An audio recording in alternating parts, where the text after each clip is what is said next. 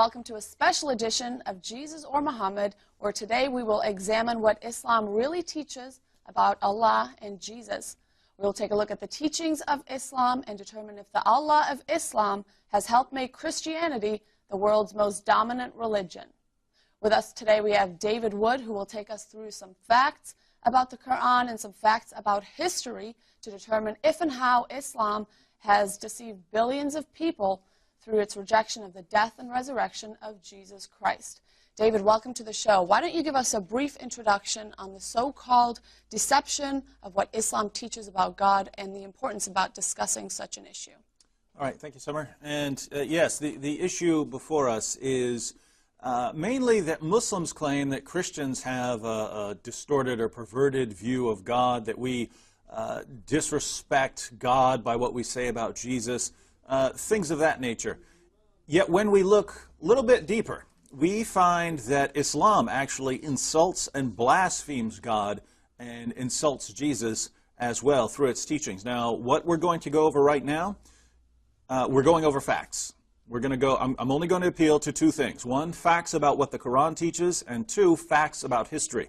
We're going to see, based on just the facts, not my interpretations, not my opinions, but on facts about what the Quran teaches and facts about history, that Islam is hopelessly trapped in errors and contradictions, and there's really no way out.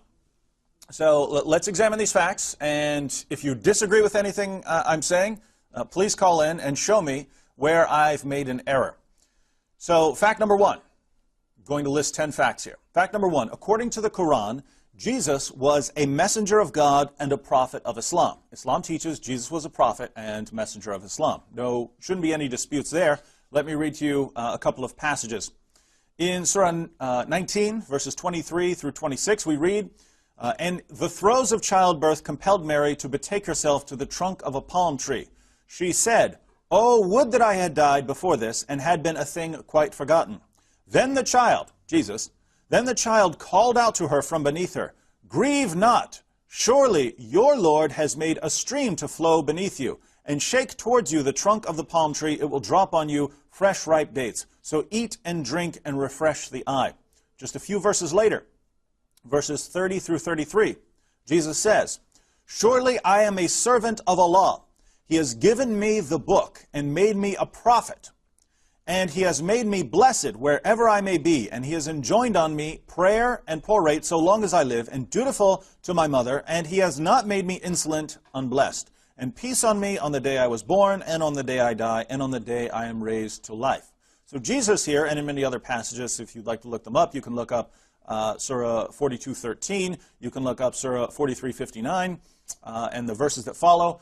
And you'll see over and over again the Quran claims that Jesus was a prophet of Islam. Shouldn't be any disputes here. That's a simple fact. Fact number two.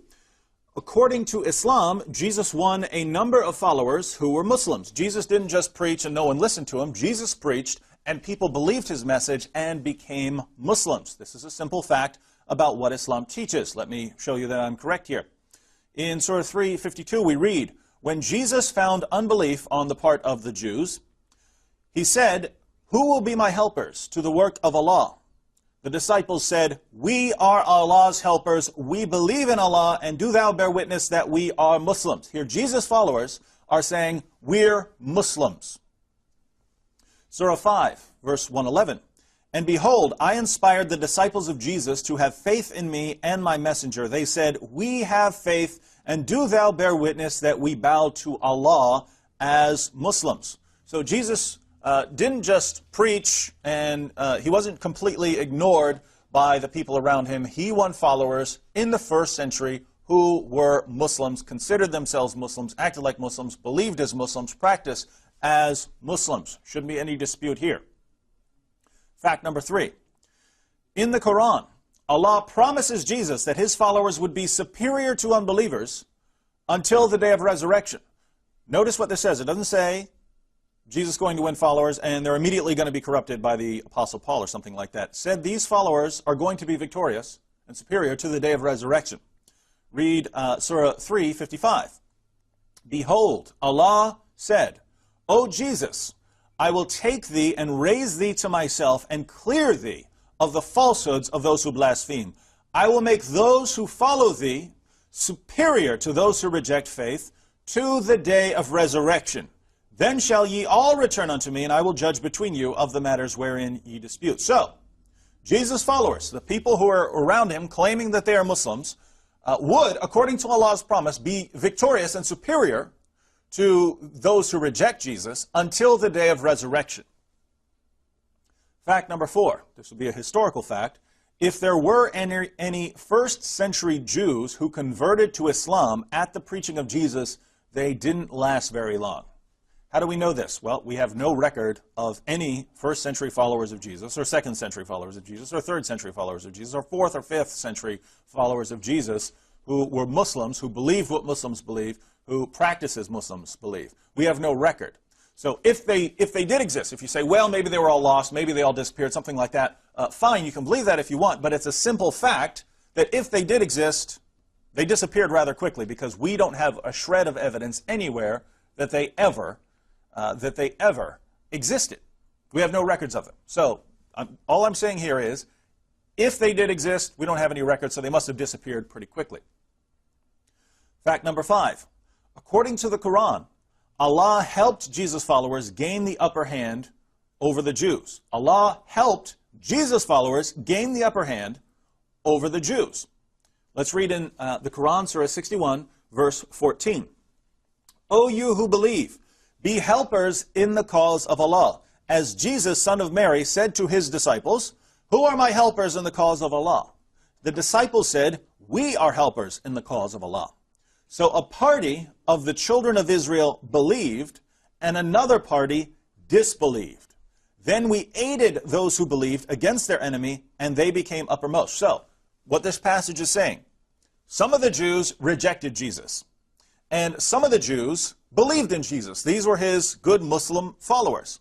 So certain Jews believed in Jesus, and Allah helped them and strengthened them until these followers of Jesus ultimately became more powerful than the Jews.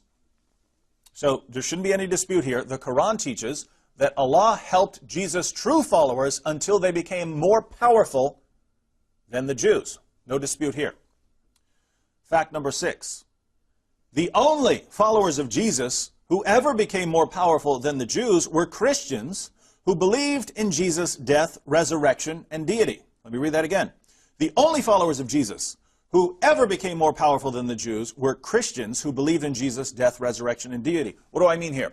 Well, if you say there were some first century Muslim followers of Jesus, they certainly never became more powerful than the Jews. We, again, don't even have any record that they existed. They couldn't have been very powerful. The only followers who actually became very powerful were Christians when Christianity took over the Roman Empire. That's when Christians became very powerful. But we know that the Christians who ultimately were part of the Roman Empire believed in Jesus' death, resurrection, and deity. They didn't believe in Islam. And just to give you some support here, this is Yusuf Ali's translation of the Quran. Yusuf Ali comments on Surah 61:14, where Allah says that he's going to help Jesus' followers until they become more powerful than the Jews. Let me read it to you. This is Yusuf Ali's commentary on 61:14. A portion of the children of Israel, the one that really cared for truth, believed in Jesus and followed his guidance. But the greater portion of them were hard-hearted and remained in their beaten track of formalism and false racial pride. The majority seemed at first to have the upper hand when they thought they had crucified Jesus and killed his message.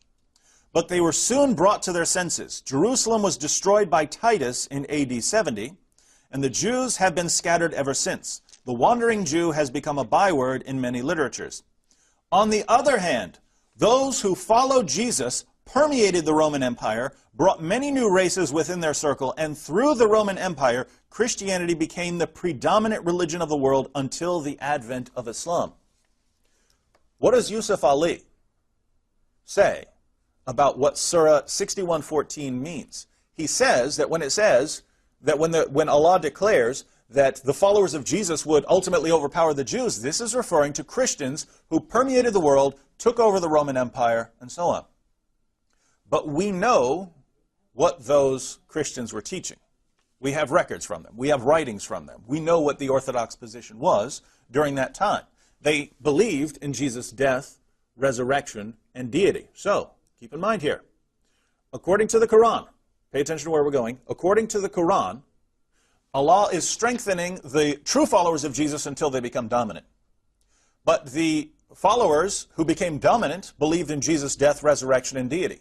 So according to Islam, not according to me, according to Islam, Allah strengthened people who believed in Jesus' death, resurrection, and deity until they became dominant over the Jews. So Allah helps people who believe what now is considered shirk. Allah helped them until they took over the Roman Empire and became the world's dominant religion. This is what your religion teaches. Fact number 7. The Quran states that the Injil, the gospel, was given as a guidance. So Allah delivered some message in first century Israel that was a guidance and called the gospel. Read in Surah 3:3. He has revealed to you the book with truth, verifying that which is before it, and he revealed the Torah and the gospel aforetime, a guidance for the people, and he sent the Quran. So Allah revealed the gospel as a guidance for the people. That's a fact according to Islam. Fact number 8. According to the Quran and Hadith, Christians still possess the gospel during Muhammad's time. It wasn't lost, it wasn't changed, it wasn't corrupted. Christians still had it in Muhammad's time. What do we read in the Quran and the Hadith? Let's look at a few passages. Surah 10:94. But if you are in doubt as to what we have revealed to you, this is Allah speaking to Muhammad. Muhammad, if you're doubting, if you're in doubt about these revelations that we're giving you, if you are in doubt as to what we have revealed to you, ask those who read the book before you. Who's this? Christians and Jews. Ask those who read the book before you. Certainly the truth has come to you from your Lord. Therefore you should not be of the disputers. So Allah tells Muhammad, Muhammad, if you're doubting what I'm revealing to you, go to the people of the book, go to the Jews and the Christians and ask them if this is the truth. Well, if Muhammad can go to the Christians and Jews and ask them about what their books teach, obviously they still had the books. If they didn't, if the books had been lost, it would make no sense for Allah to say, go ask the Christians and Jews about what their books teach. Surah 7:157 refers to those who follow the messenger, the unlettered prophet, whom they find mentioned in their own scriptures, in the law and the gospel. It is they who will prosper. So this passage refers to people during Muhammad's time who had the scriptures, the law and the gospel, and could look and find Muhammad in these scriptures. What does this presuppose? It presupposes that they still had the law and the gospel. They still had, the gospel was still available to them. People had it. Surah 5, verse 47. Let the people of the gospel judge by what Allah hath revealed therein. If any do fail to judge by the light of what Allah hath revealed, they are no better than those who rebel. Here, the Quran commands Christians to judge matters based on what they find in the gospel. Well, if Muhammad is standing there in 7th century Arabia saying, you Christians, you better judge by what Allah has revealed in the gospel, this presupposes that they had the gospel, that it was available to them. And this would mean, of course, that the gospel had survived from the 1st century down to the time of Muhammad. So the gospel must have been copied and recopied down to the time of Muhammad. And we don't only find this in the Quran, we also find it in the Hadith, your most trusted collections of Ahadith. Consider Sahih Bukhari, number 3. Khadija then accompanied him to her cousin Waraka bin Nawfal, who during the pre-Islamic period became a Christian and used to write the writing with Hebrew letters.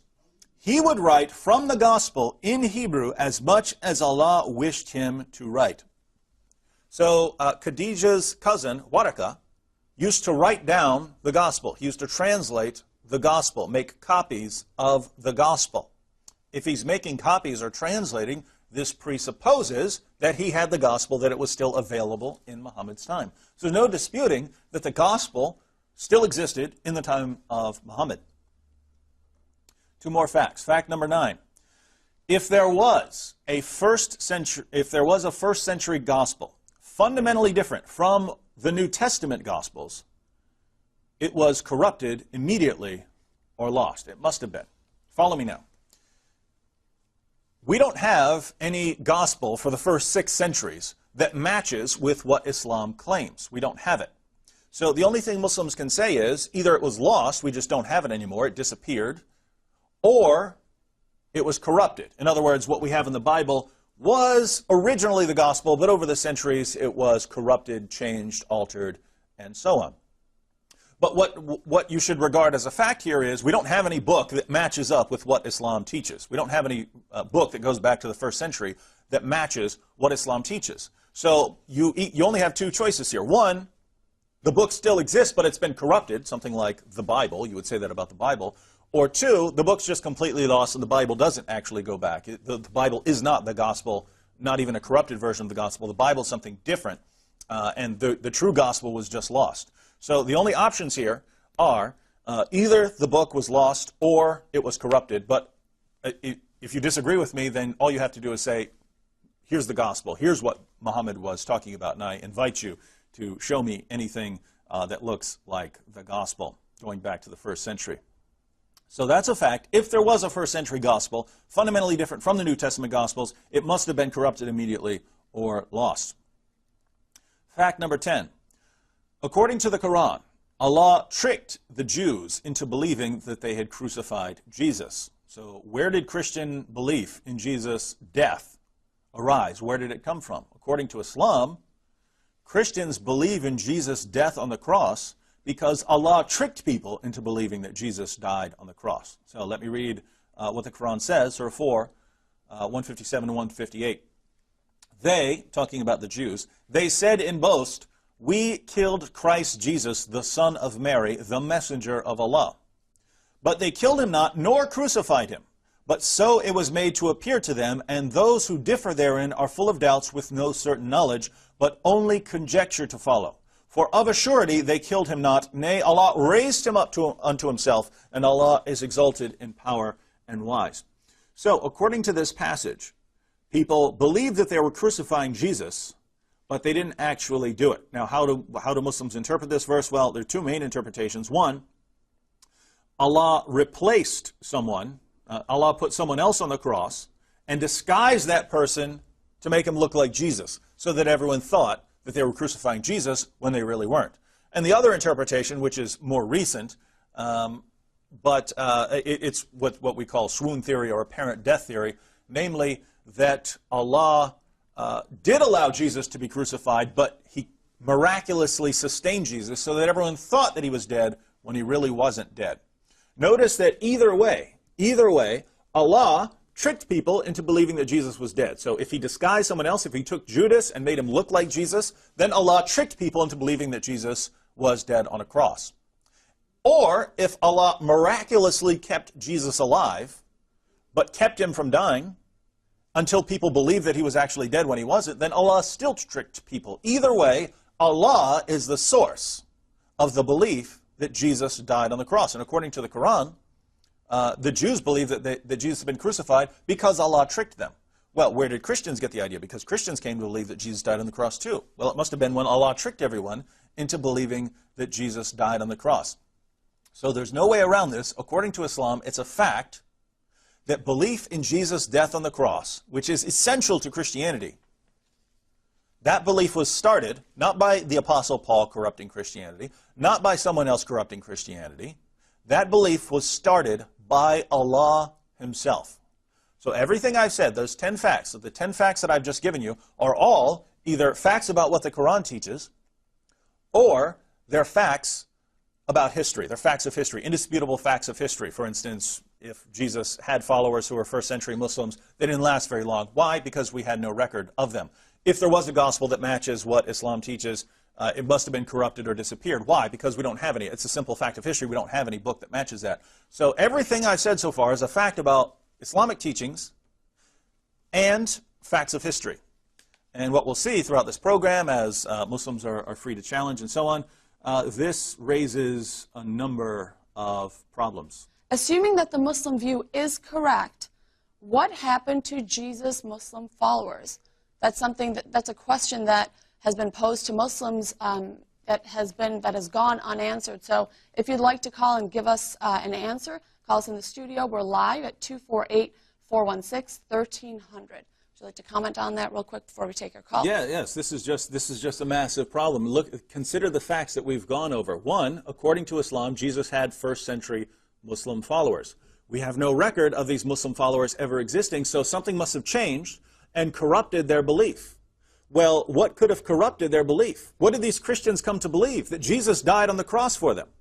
Where did they get the idea that Jesus died on the cross? From Allah. So think about this. The belief of these first-century Muslims must have been corrupted. Who corrupted their belief? It must have been Allah. Now think about this, my friends, because this really it baffles me. It boggles my mind how any of you Muslims could believe this. Follow me now. Jesus had first-century followers. So Jesus comes, he preaches, and people submit to his message. They say, yes, we're willing to believe what you say, Jesus. These are people who are willing to believe that Jesus is a prophet, and they're willing to believe in what he says. And then immediately, Allah tricks and deceives them into believing that Jesus died on the cross. This corrupts their belief, and they go on to become Christians who commit shirk. Do you believe this? Do you believe that Allah will deceive even people who follow his prophets? You have to believe that if you're a Muslim. You have to believe that Jesus had Muslim followers, and that the beliefs of these Muslim followers was corrupted by who? By Allah, who tricked and deceived them into believing that Jesus died on the cross. So Allah corrupted the message of Jesus until it became Christianity. So according to Islam, Christianity was started, at least in part, by the deception of Allah. So here we are 2,000 years later. I believe Jesus died on the cross. Why do I believe that Jesus died on the cross? Why am I a Christian? If Islam is true, I believe it because Allah tricked people back in the first century, and Allah must have known that this was going to become the largest religion in the world. And so Allah started the largest religion in the world by deceiving people. You Muslims, why would Allah do that? Please let us know why Allah tricked and deceived literally billions of people into believing that Jesus died on the cross. I'd like to know. Okay, second question I want to pose to the Muslims. Why would God lead Jesus' followers astray, even indirectly, and destroy everything Jesus had worked so hard to accomplish? Why would Allah lead Jesus' followers astray, even though Jesus had spent his entire life? Remember that Jesus starts preaching at birth, according to Islam. So Jesus preaches for 30 or 33 years or so, wins followers to Islam, performs all kinds of miracles to confirm his message. And when people believe in it, Allah comes in immediately and tricks everyone into believing in false beliefs, and then, of course, they become Christians and they commit shirk. Why? Why, in the name of common sense, would Allah say, think about this, this is what Allah has to say. Allah knows the future, Allah knows what's going to happen. According to Islam, Allah says something like this: I'm going to send Jesus, one of the greatest messengers of all time. I'm going to send him, and he's going to preach, and he's going to win followers, and he's going to live the most miraculous life in history, even according to Islam. He's going to be born of a virgin. He's going to speak during birth. He's going to raise the dead. He's going to cure the lepers. He's going to cure the blind and the deaf. And after he convinces people, I'm immediately going to go and destroy everything he's worked for, convince people that he died on the cross. And Allah, of course, knows that this belief is ultimately going to lead to Christianity, which, according to Islam, is the world's largest false religion. So why? Why does Allah say that he's going to send Jesus to accomplish some work and then immediately destroy everything that Jesus had worked for? Why? Why would Allah? In other words, if Allah tricked everyone into believing Jesus died on the cross, what was the purpose? What good came out of it? Because the only thing that came out of it was Christianity, and according to Muslims, Christianity is a false, corrupt religion. Who corrupted it? Allah. Please explain this to us. Why would Allah send Jesus and then immediately corrupt Jesus' message? I'd like to know. Why did Allah tell his followers would be superior until the day of resurrection? Let me read that again. Why did Allah tell Jesus that his followers would be superior until the day of resurrection? Do you know the answer to that question? Call us live in the studio, 248-416-1300. David. Yeah, this is another massive problem, because remember, we don't have any record of Jesus' followers ever being Muslims, anyone for the first several centuries of Christianity being Muslims or having Muslim beliefs and practices. So why? Remember, Allah knows the future, and Allah knows when he's talking to Jesus that He's about to corrupt Jesus' message and distort it and trick people into believing that Jesus died on the cross. Allah knows this. He knows he's about to deceive people and that this is going to start Christianity. So why would Allah lie to Jesus' followers and say, these followers of yours, they're going to be victorious and superior until the day of resurrection, when he actually knows that Jesus is going to die, Allah is going to trick them, the Apostle Paul is going to come in and trick them even more, and that their beliefs are going to be completely corrupted, and they're going to believe in a false message and commit shirk. Why would Allah lie? It has to be a lie. It has to be a lie according to Islam, because Allah is telling Jesus' followers, is telling Jesus that his followers are going to be victorious. Until, not for 5 years, not for 10 years, until the day of resurrection. That's a long time. Jesus' followers are going to be victorious. And Allah tells Jesus, your followers are going to be victorious until then, until resurrection day. And yet Allah, if he knows the future, knows that he's about to come in, trick and deceive Jesus' followers into believing that Jesus died on the cross, and that the Apostle Paul is going to come in there and completely distort Christianity, and that a corrupted version of Christianity is ultimately going to take over the Roman Empire. Allah knows this. And so if he's telling Jesus that his followers are going to be superior until the day of resurrection, he must be lying to Jesus. Please tell us why Allah is lying to one of his greatest prophets. We'd like to know. David, if the Injil was given to a man as guidance, why didn't Allah preserve his message rather than help start a heresy? Why do you think Muslims can't answer that question? Well, because they can't answer it, because there's just no answer. No matter how they answer this question, Islam turns out to be false. So if the Injil was given as a guidance, why didn't Allah preserve this message instead of changing it into a heresy? So think about what we're asking here. According to the Quran, Surah 3:3, Allah reveals the Injil. Jesus preaches the Injil, somehow writes this book down, passes the message on to his followers, and then Allah comes in there, corrupts the message, changes it to the belief that Jesus dies on the cross. So Allah corrupts the message, then doesn't stop the Apostle Paul from coming in there and corrupting it even more. But think about this. Allah lets Jesus do so much work and then helps corrupt it and allows someone else to come in and corrupt it. So Allah couldn't even preserve his word for even a few decades. And according to the Quran, no one can corrupt the word of Allah. So explain this to us, please. According to the Quran, no one can corrupt Allah's word. But according to what you're telling me, the Injil must have been corrupted almost immediately, partially by Allah. Allah helped corrupt it. So the question is, why? Why did Allah reveal the Injil, change and corrupt it by convincing people that Jesus died on the cross, and then allow someone else, Christians like the Apostle Paul, to come in there and corrupt the message? Why couldn't Allah protect it? It sounds like you're telling us that Allah is so weak that he can't protect his word, and it sounds like you're telling us that the Quran is wrong when it says that no one can corrupt the words of Allah. So think about how many problems you're stuck with just based on the facts, about what Islam teaches in the Quran and what history tells us. If Allah is powerless to stop people from corrupting his message, can we even trust the Quran? Yeah, going back to Surah 1064, which says, they shall have good news in this world's life and the hereafter. There is no changing the words of Allah. You can't change Allah's words. But Allah revealed the Torah and the Gospel. The Torah and the Gospel were still around in his time. Why? Because Allah can protect them. But according to Islam, according to what Muslims tell us, the Bible has been corrupted. Why do they have to believe that? Because the Bible contradicts the teachings of Islam. So Muslims are forced, despite what the Quran says, no matter how many times the Quran affirms that the Gospel is still around in Muhammad's time, Muslims have to believe that it was corrupted well before that. But here's the problem. If God revealed the Torah and it was corrupted, and God revealed the Gospel and it was corrupted, then Allah isn't powerful enough to protect his message. Can we trust the Quran? Remember, you believe in a God now who can deliver a message, and he's just not powerful enough to stop it from being corrupted. Well, if you believe in a God who's not powerful enough to protect his message, how can you believe that the Quran has not been corrupted? What are you going to say? Are you going to say you know from history that the Quran has been perfectly preserved? No, you don't. I dare you. I dare you to call in and say that the Quran has been perfectly preserved. And I will take you to your most trusted sources, Sahih Bukhari, Sahih Muslim, Sunan Abu Dawud, showing you from your own sources that your Quran has been corrupted. So theologically, if you believe in a God who can't protect his own message, you have no theological reason to trust that the Quran has been perfectly preserved. And historically, since we know historically that the Quran has been changed numerous times, you have no historical reason, no historical basis for saying that the Quran has been perfectly preserved. So if you're going to criticize the Bible, you need to throw out the Quran as well, my friends. Once the Christian heresy had started, why did Allah help the Christians rise to power?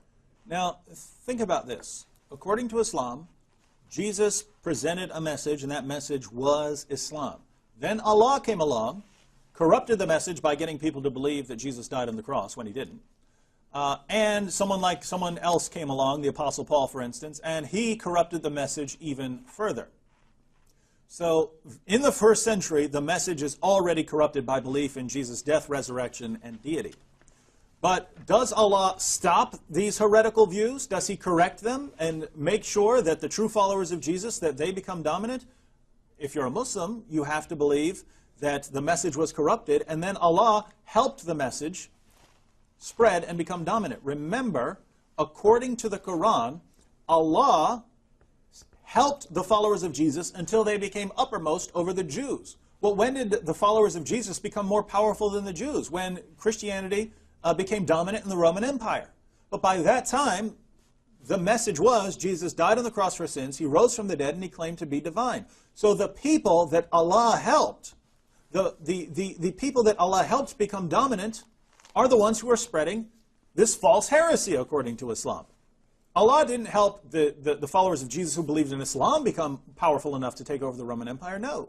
He helped the followers of Jesus who are preaching a false, corrupt version of Christianity. Those are the ones he helped. So I would ask you, instead of helping the true followers of Jesus who are Muslims, according to you, instead of helping them, why did he help the Christians who believed in Jesus' deity, death, and resurrection? Why did he help them become dominant?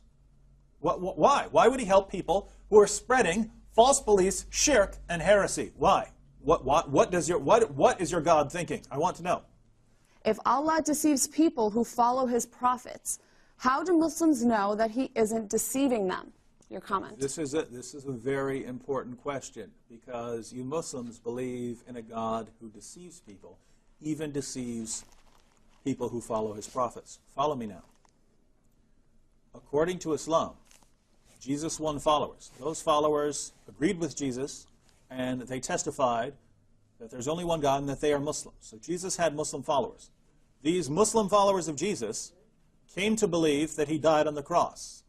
Where did they get the idea that he died on the cross? They got that idea from Allah, who tricked people into believing that Jesus died on the cross. So, even people who devoutly follow his prophets, even people who follow God's prophets, Allah will still trick them into believing false teachings. If you believe in a God who will trick and deceive even the people who follow his messengers, why do you believe that he's not tricking you? In other words, if you believe in a deceiver God who deceives people who follow his prophets, how do you know that he didn't send Muhammad as a false prophet who's going to deceive the Arabs? Why? I mean, think about this.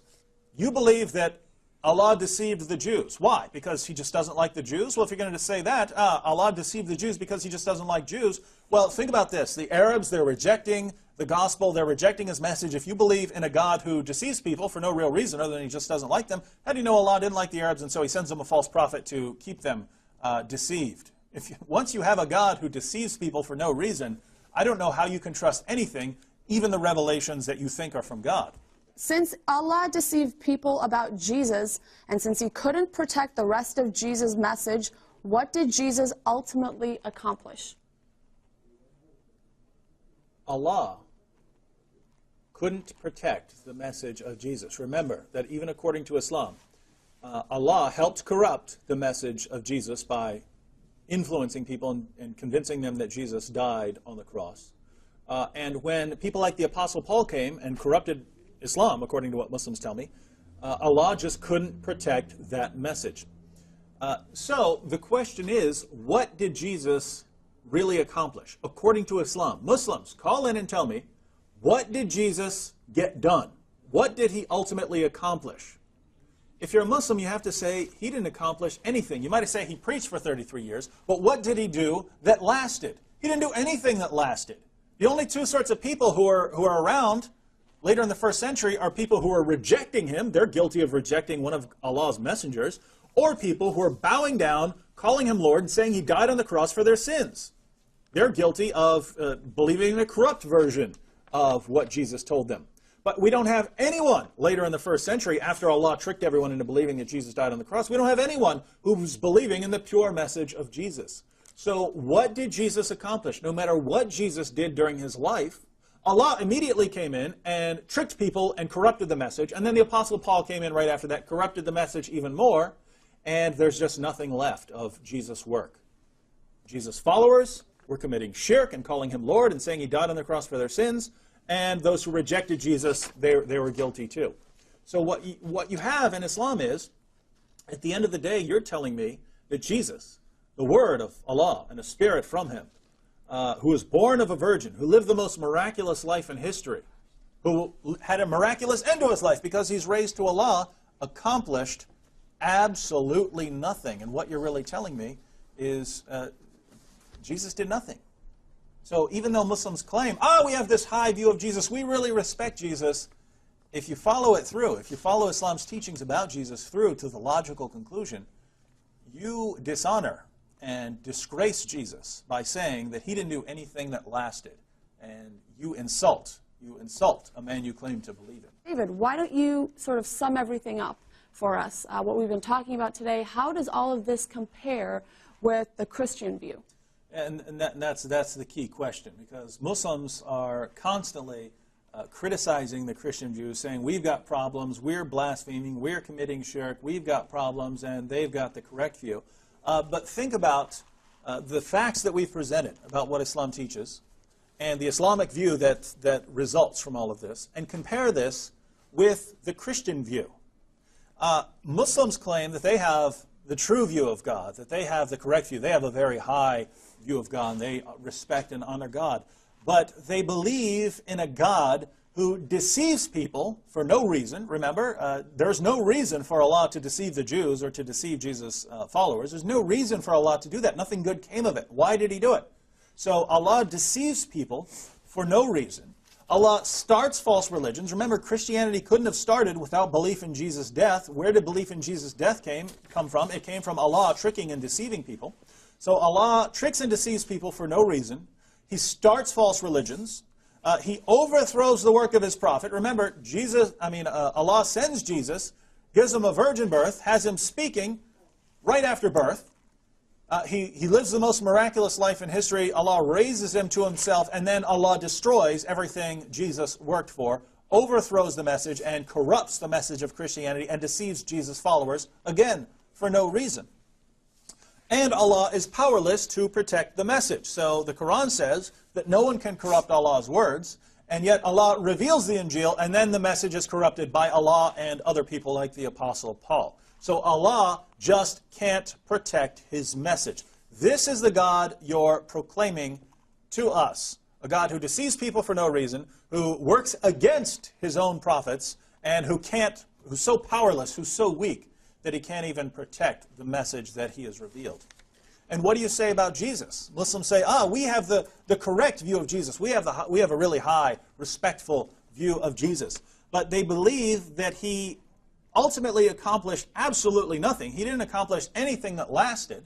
And he was horrible at choosing followers. According to Islam, the Muslim view, Jesus chose followers, and then they were totally corrupted. They were totally corrupted by Allah and the Apostle Paul. So Jesus couldn't choose followers who would actually last through everything. So Jesus didn't know how to choose followers, and he ultimately accomplished nothing.